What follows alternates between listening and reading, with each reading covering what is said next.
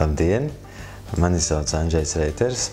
Es esmu izaugsmes treneris un bioenerģētikas eksperts.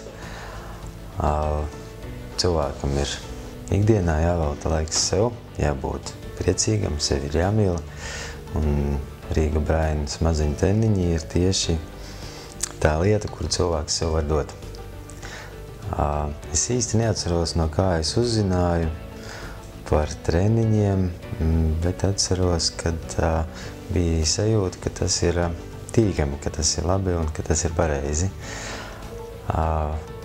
Man ir daudz enerģijas, es vienmēr esmu aktīvs, un tieši man Rīga Braina maziņu treniņi ir palīdzējuši būt nosvērtākam, mierīgākam,